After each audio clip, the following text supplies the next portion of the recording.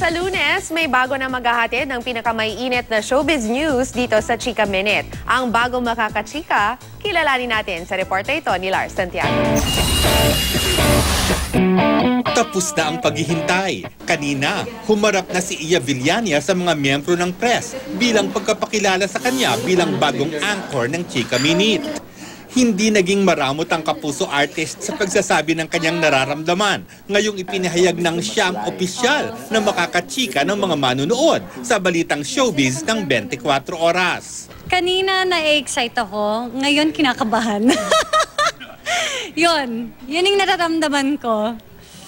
Why? Kasi syempre alam ko parang there are huge shoes to fill.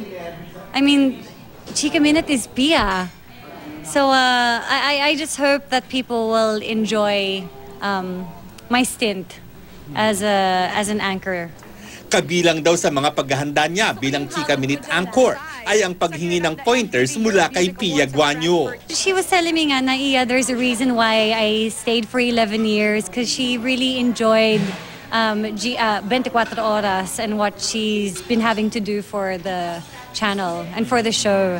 Masaya ring ibinalita ni Iya na hindi lang pag-aangkor ang kanyang gagawin. Gagawa rin daw siya ng mga istoryang kagigiliwan ng mga manonood.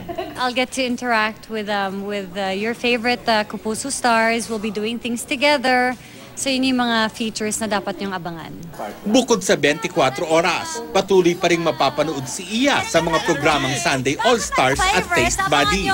Mensahe ni Iya sa mga taga-suporta. Ayan na! Ito na mga kapuso. Ako na ang magiging kachika nyo gabi-gabi. So please tune in to 24 Oras starting June 15. Lars Santiago, updated sa showbiz happenings.